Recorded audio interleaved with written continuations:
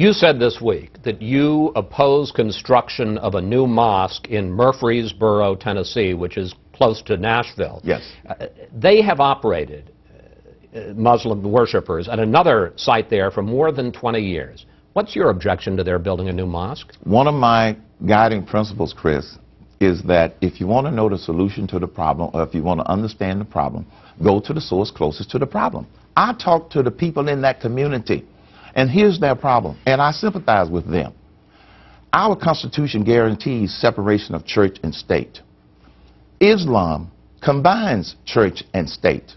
They are using the church part of our First Amendment to infuse their mosque in that community, and the people in the community do not like it. They disagree with it.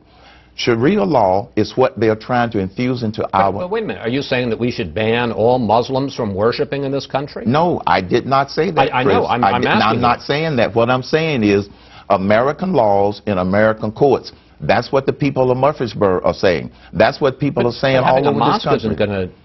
Well, Chris, I happen to also know that it's not just about a religious mosque. There are other things going on based upon talking to the people closest to the problem.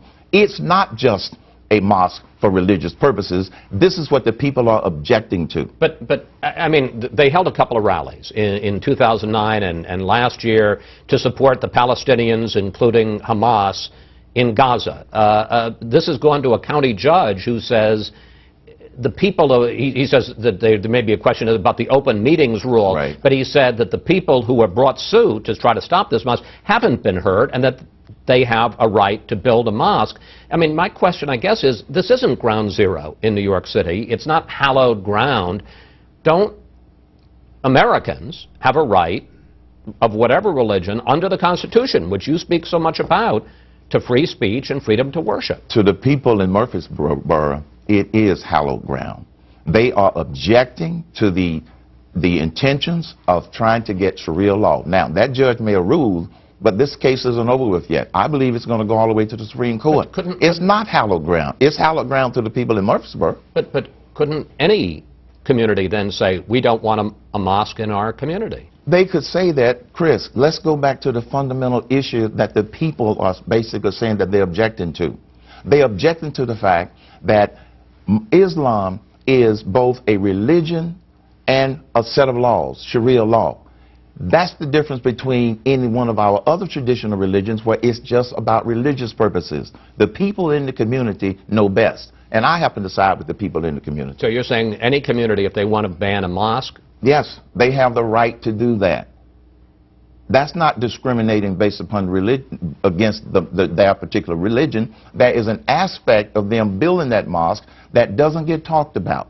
And the people in the community know what it is and they're talking about it. All right. I don't want to beat a dead horse about one mosque, but I'm just want to ask you one more question on this and we'll move on. Because this gets back to an earlier controversy where, as you know, you said that you're not comfortable with the idea of appointing a Muslim to your cabinet. As someone who I'm sure faced prejudice growing up, yes, in the 50s and 60s, how do you respond to those who say you're doing the same thing? I tell them that that's absolutely not true because it is absolutely totally different. I grew up, like you said, in the 50s and the 60s. I grew up before the Civil Rights Movement, during the Civil Rights Movement, and after the Civil Rights Movement. I went into corporate America when the openness to putting blacks and minorities in corporations, and I was able to move up the corporate ladder.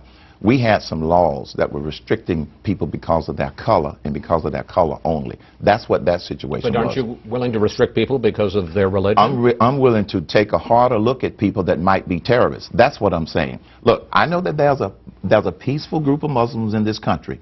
God bless them, and they're free to worship. I have no problem with that. If you look at my career, I have never discriminated against anybody because of their religion, their sex, or origin, or anything like that. I'm simply saying I owe it to the American people to be cautious because terrorists are trying to kill us. And so, yes, I'm going to err on the side of caution rather than on the side of carelessness. Okay.